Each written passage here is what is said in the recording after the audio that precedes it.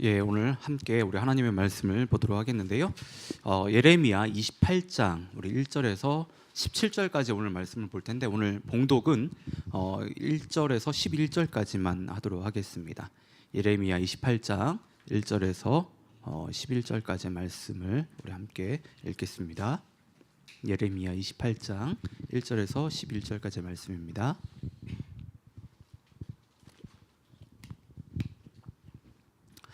예, 우리 한 절씩 우리 교독해서 읽도록 하겠습니다.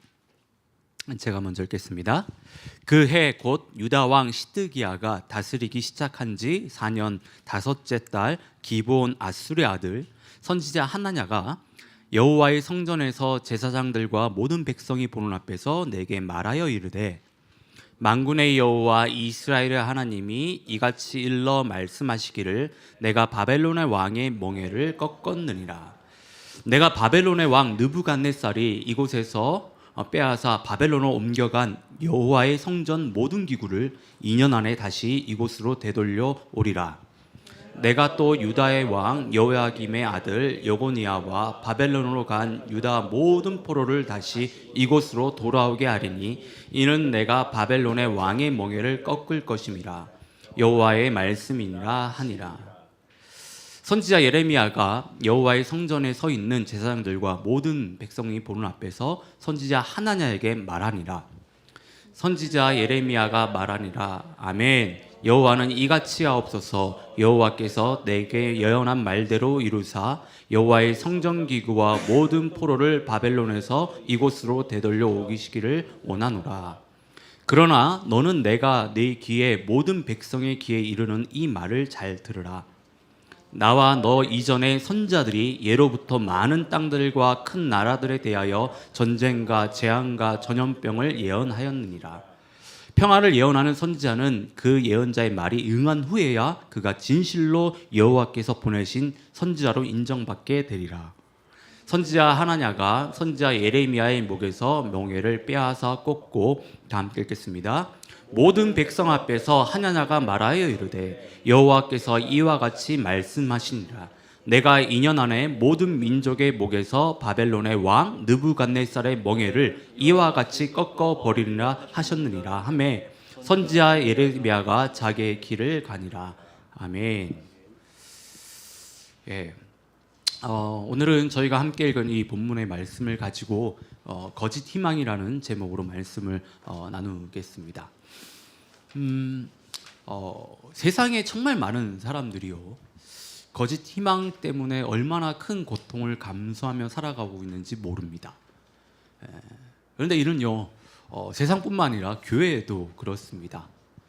정말 많은 교인들이요, 교회 안에 난무한 거짓 희망에 속아서 하나님의 뜻을 온전히 분별하지 못하고 또 하나님의 뜻을 온전히 붙들지 못하고 신앙적으로 방황하는 분들이 정말로 많이 계십니다.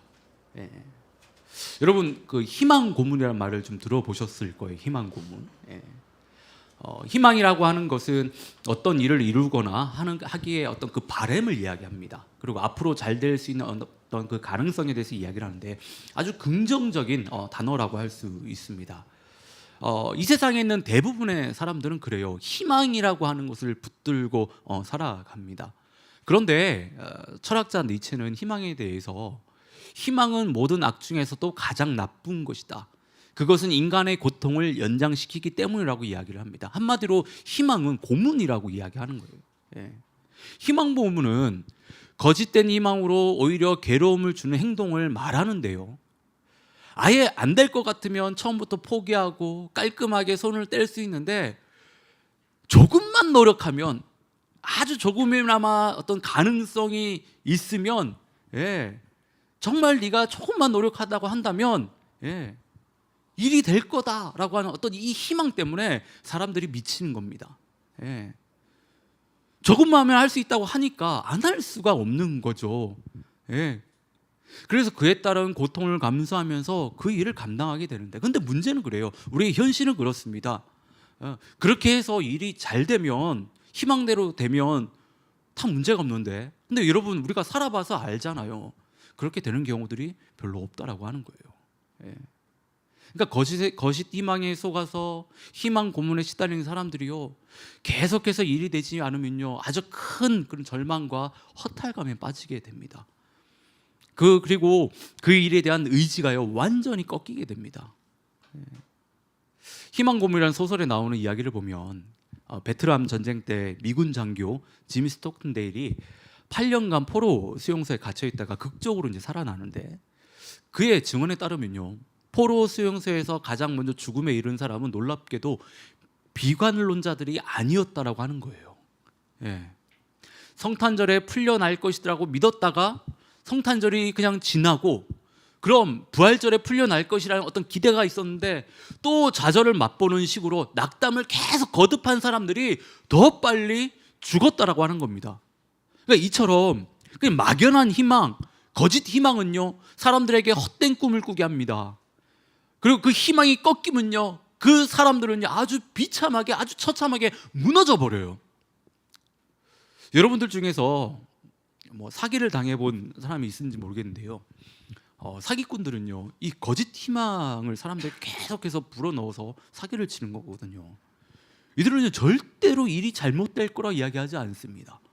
이렇게 하면 다 잘 될 거라고, 이렇게 하면 일이 다 술술 풀릴 것이라고, 거짓 희망을 자꾸 불어넣어서요 사람들로 하여금 그것을 믿게 합니다.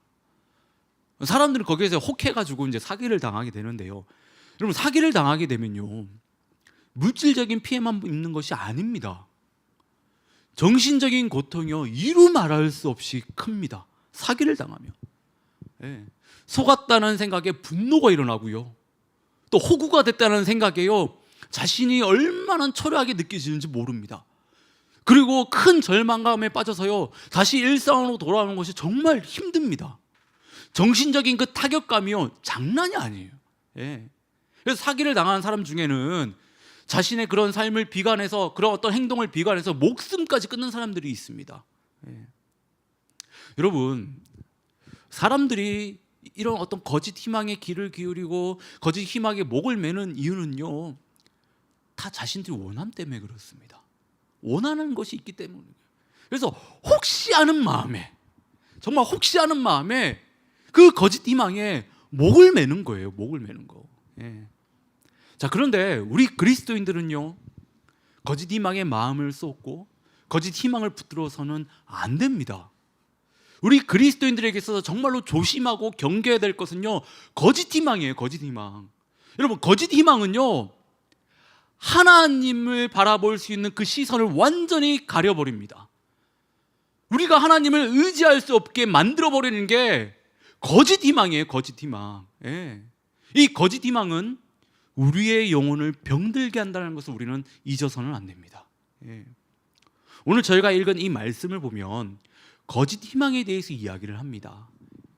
이 말씀을 보면 거짓 희망에 대해서 우리가 어떻게 분별하고 우리가 어떤 마음을 가지고 그 거짓 희망을 대해야 되는지를 오늘 본문이 이야기를 해준다고 하는 거예요.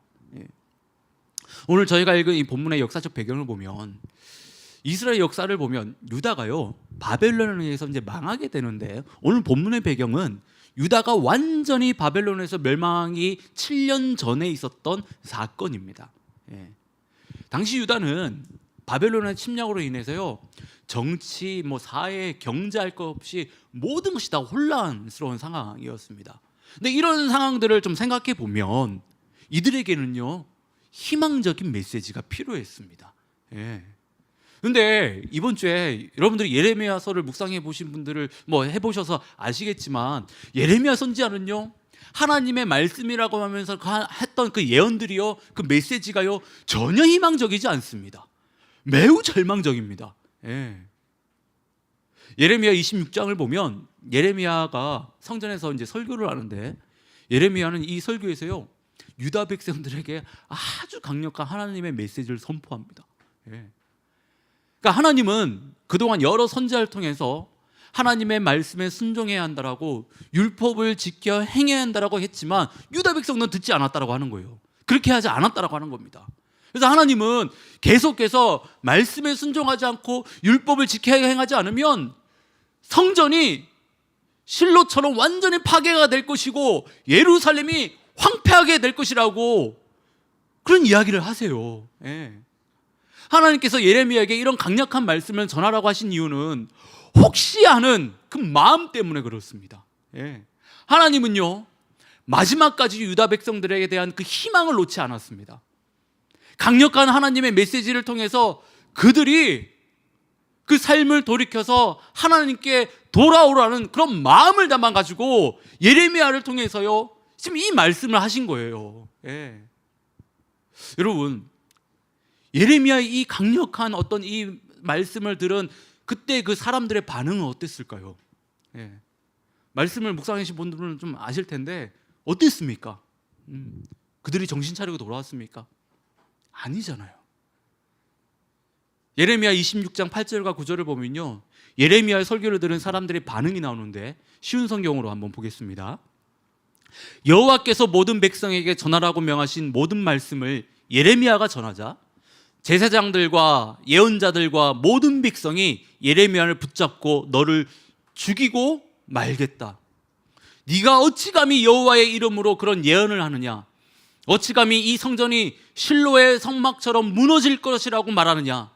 어찌 감히 예루살렘이 아무도 살지 못할 항무가 될 것이라고 말하느냐 하고 외치면서 예레미야에게 몰려들었습니다. 사람들은 예레미야의 설교를요, 하나님을 모독한다고 생각해서요, 예레미야를 죽이려고 했습니다. 당시 유다 백성들은요, 하나님께서 예루살렘 성전에 거하시기 때문에 절대로 무너지지 않을 것이라는 그런 성전 불패 신앙이요, 아주 강력하게 그들 가운데 자리하고 있었습니다. 이들은 예레미야의 예언을요, 도저히 받아들일 수가 없었던 거예요. 예. 그럼에도 예레미야는요, 바벨론에게 멸망할 것이고 하나님께서 유다 백성들을 바벨론에 넘기셨다라고, 우리는 바벨론의 멍에를 메고 살아간다라고 계속해서 이 이야기를 하는 겁니다. 예.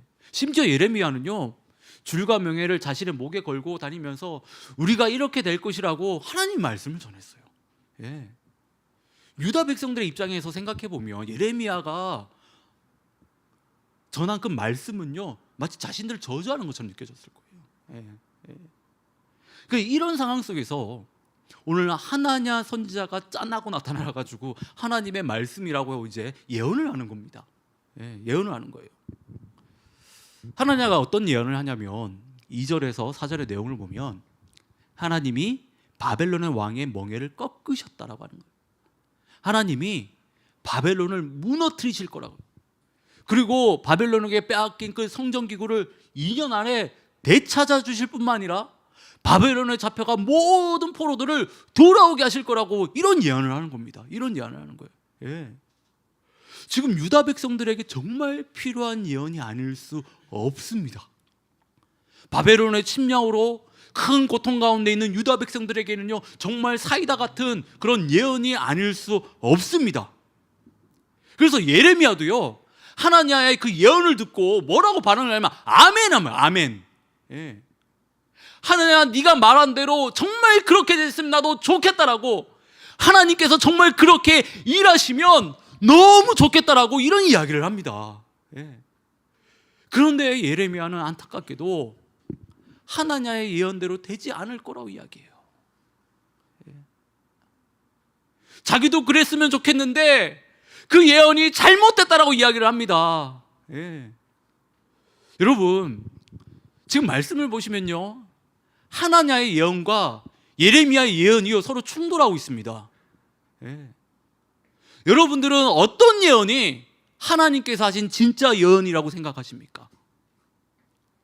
만약에 여러분들이 그 자리에 있었다라고 한다면 여러분들은 누구의 예언을 들으셨겠어요? 예. 우리는 오늘 말씀을 통해서 누구의 예언이 진짜 하나님의 예언인지를 알고 있습니다. 예. 근데 우리가 이 사실을 모르고 예레미야의 예언을 듣고 하나냐의 예언을 들었다라고 한다면 우리는 누구의 예언을 손을 들었을까요? 예. 저를 포함해서 여기 계신 대부분의 지체들은 당시 유다 백성들이 그랬던 것처럼 하나냐의 예언이 하나님의 예언이라고 생각했을 것 같아요. 뭐 저도 그랬을 겁니다. 예. 그도 그럴 것이 하나님의 예언만 딱 떼서 생각해 보면요, 전혀 문제될 것이 없거든요. 충분히 그렇게 생각할 수 있고 또 하나님께서 그렇게 하실 것처럼 느껴집니다. 근데 아니라고 하는 거예요. 하나냐의 예언이 잘못된 거짓된 예언이라고 하는 겁니다. 하나냐는 유다 백성들에게 거짓 희망을 지금 심어주고 있다라고 하는 거예요. 여러분, 우리가 여기서 정말 중요한 사실 하나를 좀 짚고 넘어가야 됩니다. 좀 생각을 해봐야 돼요. 우리가 보통 하나님의 뜻, 하나님의 계획이라고 하면 대부분 다 좋은 것들만 생각해요. 좋은 것들만, 나에게서 좋은 것들만 생각해요. 예. 긍정적이고 막 희망적인 것들만 하나님의 뜻과 그 계획이라고 그렇게 생각을 합니다. 마치요, 하나님을요 긍정의 신으로 생각하는 경향이 우리는 있습니다. 예.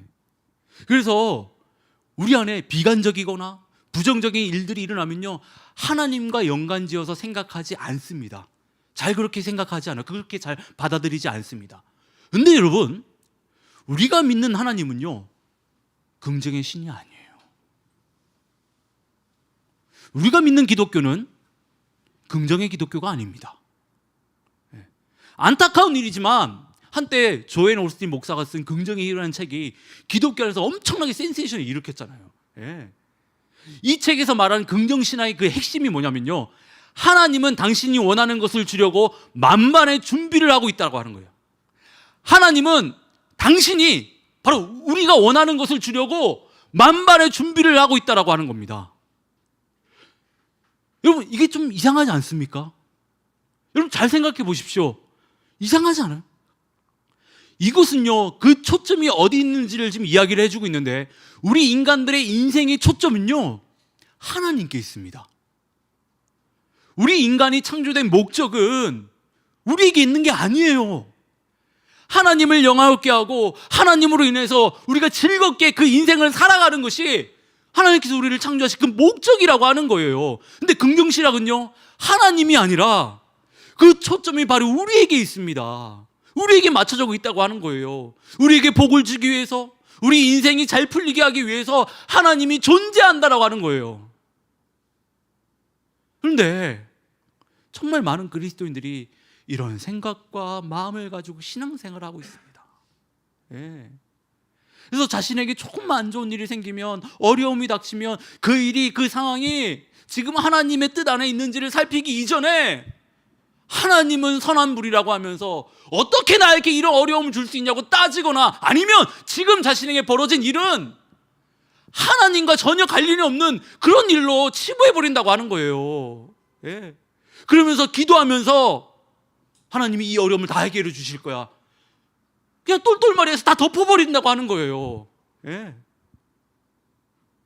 여러분, 우리가 믿는 하나님은요 긍정의 하나님이 아닙니다. 하나님은 분명 우리에게 가장 선하고 좋은 것을 주시는 하나님이십니다. 하지만 그것을 주시는 데 있어서 얼마든지 하나님은 우리에게 고난을 주실 수도 있고 고통을 주실 수도 있습니다. 우리를 바른 길로, 선한 길로, 좋은 길로 인도하기 위해서 우리를 얼마든지 힘들고 어렵게 하실 수 있다라고 아는 거예요. 우리에게 얼마든지 징계를 내리실 수 있다라고 아는 겁니다.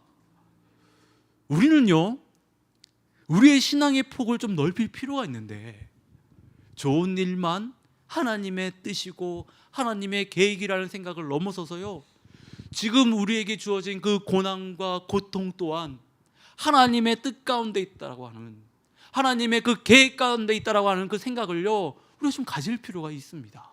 예. 만약에 우리가 하나님을 긍정의 신으로만 생각하고 믿고 있다라고 한다면, 그것은요 하나님을 우상 섬기듯 섬기는 겁니다. 하나님이 가장 싫어하는 죄 가운데 하나가 하나님을 우상 섬기듯 섬기는 거예요. 예. 오늘 말씀을 보면 유다 백성들은요 예레미야의 예언이 아니라 하나냐의 예언을 하나님의 참된 예언이라고 생각했습니다. 아니, 보다 정확하게 좀 이야기해보자면 하나냐의 예언이 하나님의 예언이라고 믿고 싶었습니다. 이들이 하나냐의 예언을 하나님의 예언을 믿고 싶었던 이유는 하나냐의 예언은 지금 자신들을 침략해온 바벨론이 망하게 될 것이라고, 자신들이 바벨론의 멍에서 자유롭게 될 것이라고 말하기 때문이에요. 쉽게 말해서 자신들이 지금 간지러운 그 부분을요 하나냐가 긁어주기 때문입니다. 예. 그리고 어떻게 생각해 보면 하나냐의 예언을 믿는 것이요 하나님 앞에서 더 믿음이 있는 행동처럼 보입니다. 예. 하나냐의 예언이요 더 난이도로 치면 더 높거든요 지금. 예. 지금 상황적으로 보면 유다가 망하고 있는 상황이에요. 예. 근데 이것을 하나님께서 짠하고 역전시키신다, 이걸 믿는 것이 어떻게 보면 더 큰 믿음이 필요한 겁니다. 그런데 하나냐의 예언이 거짓된 예언이라고 하는 거예요. 예. 여기서 우리는 이런 질문을 해볼 수가 있습니다.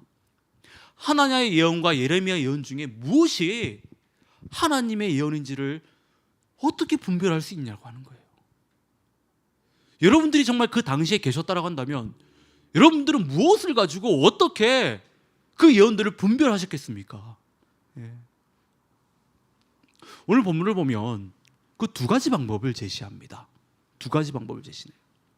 8절을 보면 나와 너 이전의 선지자들이 예로부터 많은 땅들과 큰 나라들에 대하여 전쟁과 재앙과 전염병을 예언하였느라고 예레미야가 이야기를 하는데, 지금 예레미야가 유다 백성들에게 한 예언은요 예레미야 이전에 있었던 수많은 선지자들이 일관되게 한 예언입니다. 예레미야만 특별하게 유다 백성들에게 했던 그 예언이 아니다라고 하는 거예요. 우리가 하나님의 말씀과 그 뜻을 분별하는 데 있어서 중요하게 생각해야 되는 것이 있는데 그것이 무엇이냐면 일관성입니다. 일관성이라고 하는 것은 방법이나 태도가 한결같은 것을 이야기하는 거예요. 우리가 하나님의 뜻이라고 말씀이라고 생각해서 받아들일 때는요 그 메시지가 일관된지를 생각해 봐야 됩니다. 전혀 지금의 상황과 환경과 상관이 없고 맞지도 않고 또 여러 메시지가 계속해서 들린다고 한다면 그 메시지는 하나님의 뜻과 말씀이 아닐 가능성이 매우 큽니다. 여러분들이 주변에서요 하나님의 뜻을 분별하며 하나님의 뜻을 쫓았던 사람들에게 좀 이런 이야기를 많이 들어보셨을 거예요. 예. 계속해서 하나님께서 그런 마음을 주신다라고, 주변에서 계속 비슷한 이야기를 지금 나에게 하고 있다고, 예. 하나님이 계속해서 지금 비슷한 것을 나에게 계속 보여주고 계신다라고, 이런 이야기 많이 들어보셨죠. 예. 그리고 여러분들도 이런 이야기 많이 해보셨죠. 고백해 보셨잖아요. 예. 여러분 이게 무엇을 말하는 것이냐면 메시지의 일관성입니다. 하나님은요 하나님의 자녀들이 헷갈리도록 메시지를 주시는 분이 아닙니다. 하나님의 메시지는요 분명하다라고 하는 거예요. 그리고 우리가 그것을 깨달을 수 있게 그 메시지를 아주 집요하게 주십니다. 하나님은 유다 백성들에게 예레미야를 포함해서요 수많은 선지자를 보내셔서요 지금 계속해서 같은 메시지를 주셨다라고 하는 거예요. 예레미야에게만 특별한 메시지를 전하라고 주시지 않았습니다. 예. 예레미야의 메시지가 비록 희망적이지 않고 긍정적이지는 않지만 예레미야가 전한 메시지가 진정한 하나님의 뜻이라고 하는 거예요. 지금 유다 백성들이 바벨론 왕을 섬기고 바벨론 땅에서 살아가는 것이 하나님의 뜻이라고 하는 겁니다. 지금 바벨론 가서 머리 쳐박고 그곳에서 살라고 하는 것이 하나님의 뜻이라고 하는 거예요. 그곳에서 기다리라고 하는 것이 하나님의 뜻이라고 하는 겁니다. 지금 고통받고 있는 유다 백성들을 구원해 주시는 것이 하나님의 뜻이 아니라고 하는 거예요. 그리고 거짓 예언을 분별하는 또 다른 방법은요 9절에 나와 있습니다. 9절 말씀을 보면 평화를 예언하는 선지자는 그 예언자의 말이 응한 후에야 그가 진실로 여호와께서 보내신 선지자로 인정받게 되리라. 쉽게 말해서 선지자가 예언한 것이 이루어지면 하나님께서 보내신 진정한 선지자라고 하는 거예요. 너무 당연한 이야기입니다. 예. 신명기 18장 21절과 22절을 보면 이 부분에서 보다 선명하게 우리에게 이야기를 해주는데, 하나님의 이름으로 예언을 했었을 때 그것이 맞지도 않고 이루어지지도 않으면 그것은 하나님의 예언이 아니라고 하는 거예요. 예.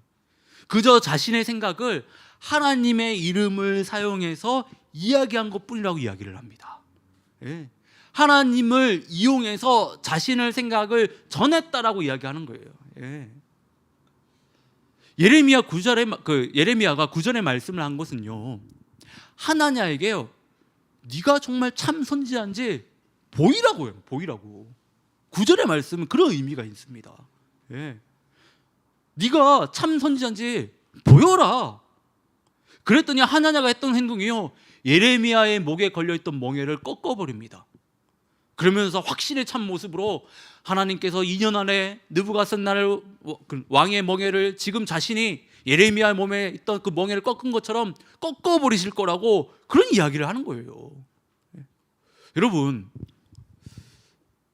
거짓을 말하는 사람들은요, 궁지에 몰리게 되면요, 자신의 말이 거짓이 아니라는 것을 증명하기 위해서 자신의 그 거짓을요 덮기 위해서 무리수를 두게 됩니다. 무리수를 두게 돼요. 예. 지금 하나냐가 그런 거거든요. 예. 지금 하나냐가 그런 거예요. 예. 하나냐의 이런 모습에 예레미야가 하나냐에게 하나님의 말씀을 전하는데요, 하나님은 당신 같은 사람을 보낸 적이 없다라고 이야기합니다. 그리고 하나냐 당신이 유다 백성들에게 거짓 희망을 전해서 거짓을 믿게 했다라고 하는 거예요. 그리고 금년에 하나냐 당신은 반드시 죽게 될 것이라고 예언을 합니다. 그리고 실제로 하나냐는요, 그의 7째 달에 죽습니다. 하나냐의 이 죽음을 통해서 드러난 사실은, 하나냐는 유다 백성들에게 하나님의 이름으로 거짓 희망을 예언한 거짓 선지자였다는 것이고, 반대로 예레미야는 유다 백성들에게 아픈 메시지를 예언한 하나님의 선지자였다라고 하는 거예요. 이 말씀을 우리에게 좀 적용해 보면 그래요. 우리를 향한 하나님의 뜻이나 예언이 반드시 성취가 되는데, 그 뜻과 예언이 한순간에 짠하고 성취되는 것이 아니라, 하나님은요 중간중간에 하나님의 뜻이 이루어지고 있음을, 하나님의 예언이 성취되고 있음을요 그 과정 가운데 보여주십니다. 이집트의 총리가 된 요셉의 인생을 여러분 한번 잘 생각해 보십시오. 그가 꿈을 꾸고 이집트 총리가 됐던 그 모든 과정들을 여러분 생각해 보십시오. 그리고 지난달에 저희가 묵상했던 그 사도행전에 나오는 그 바울의 이야기를 한번 생각해 보십시오. 그들의 하나님의 계획과 그 뜻은, 그 예언은요 한순간에 짠하고 이루어진 것이 아니라 그들의 삶 가운데 하나님의 뜻과 예언이 이루어져 가고 있음을 우리가 볼 수 있습니다. 문제는 우리가 그것을 캐치할 수 있냐라고 하는 거예요. 우리가 우리 삶 가운데 하나님의 뜻과 예언을 이뤄가시는 하나님을 보기 위해서는, 그것을 캐치하기 위해서는요 우리가 영적으로 깨어 있어야 됩니다. 영적으로 깨어 있지 못하면 우리는 우리 삶 가운데 일하신 그 하나님을 알 수도 없고 느낄 수도 없습니다. 영적으로 깨어 있다라고 하는 것은 그래요, 나의 초점이 내가 아니라 하나님께 두는 것을 말합니다. 하나님께 마음을 두고 하나님의 마음을 알려고 노력하는 것이 영적으로 깨어 있는 거예요. 우리가 영적으로 깨어 있을 때 우리는요 우리 삶 가운데 역사하시는, 우리 삶 가운데 그 일하시는 그 예언들을 성취해 가시는 그 하나님을요 경험할 수 있고, 그 하나님을 우리가 느낄 수가 있다라고 하는 겁니다. 여러분, 우리가 이 세상에 살면서 정말로 귀를 기울여야 하는 메시지는요 희망의 메시지가 아닙니다. 여러분, 희망의 메시지가 아니에요. 우리가 정말로 귀를 기울여야 되는 것은 하나님의 메시지입니다. 하나님의 메시지예요. 예. 오늘 말씀을 보면 무엇이 진정한 하나님의 메시지인지 우리에게 말하고 있는데, 그런데 저를 포함해서요, 세상에 있는 대부분의 사람들은요, 하나냐가 전하는 거짓 희망에 귀를 기울입니다. 왜냐하면 너무 듣기 좋거든요. 그리고 회개하지 않아도 돼요. 그건 어떤 노력도 필요하지 않습니다. 그냥 단순하게 그냥 믿으면 될 것 같거든요. 예. 근데 여러분, 우리는요, 절대로 거짓 희망에 우리의 마음을 둬서는 안 됩니다. 예. 거짓 희망은요, 우리에게 잠깐의 어떤 그 현실의 고통을 잊게 해줄 뿐이에요. 잠시 잠깐 우리에게 위로해 줄 뿐입니다. 그건 진정으로 우리에게 해결책이 되지 못해요. 유다 백성들이 예레미야의 예언이 아니라 하나냐의 예언에 혹했던 이유는, 그들은요, 그들이 놓여있는 그 현실에 그 직면하는 것이 너무나도 싫고 힘들었기 때문입니다. 지금 자신들이 놓인 현실을 인정하기 싫었기 때문이에요. 여러분, 이래서는요, 절대로 문제가 해결되지 않습니다. 현실을 직면하는 것이 힘들고 어렵지만 우리는요, 현실을 직면하고 인정할 수 있어요. 그래야 내가 놓여있는 상황 속에서요, 거짓 희망을 품지 않을 수 있고, 그 안에서 무엇이 진정한 하나님의 뜻인지를 우리가 분별할 수 있다라고 하는 겁니다. 저는 그래요. 저도 그렇고 우리 하늘둥지교회가요, 그냥 사람들의 환심을 살 만한 그런 거짓 희망을 주는, 그런 거짓 희망을 전하는 공동체가 되길 원치 않습니다. 희망이라고 하는 그 진통제를요, 남발해서 사람들로 하여금 헛된 꿈을 꾸게 하고 희망 고문을 하는, 하나님께 진정으로 돌아올 수 있는 그 기회를 박탈시키는, 하나님의 일하심을 보는 것을 막는 그런 공동체가 되길 저는 진정으로 원치 않습니다. 네. 여러분들도 저와 똑같은 마음이실 거라 생각됩니다. 우리 하늘동지교회는요, 영혼들에게 현실을 직면하게 하고 그 안에서 거짓 희망이 아니라 진정한 희망을 품게 하는 그런 공동체가 되기를 진심으로 바랍니다. 그러기 위해서는요, 우리가 먼저 거짓 희망의 마음을 뺏겨서는 안 됩니다. 우리가 먼저 우리의 현실을 직면하고 그 안에서 하나님의 뜻을 분별할 수 있어야 됩니다. 그리고 하나님의 뜻을 우리가 알았다라고 한다면 그 뜻을 붙들고 우리가 치열하게 살아야 합니다. 비록 하나님의 그 뜻이, 우리에게 드러난 뜻이 부정적이고 비관적이라고 하더라도 우리는 좀 믿음으로 그것을 붙들 수 있어야 되고, 우리가 그것을 살아갈 수 있어야 된다고 하는 거예요. 여러분, 거짓 희망에 마음을 두지 마십시오. 거짓 희망에 마음을 뺏기지 마십시오. 거짓 희망은 저와 여러분들의 영혼을 병들게 할 뿐입니다. 거짓 희망은 하나님의 뜻을 가르고 하나님을 보지 못하게 만듭니다.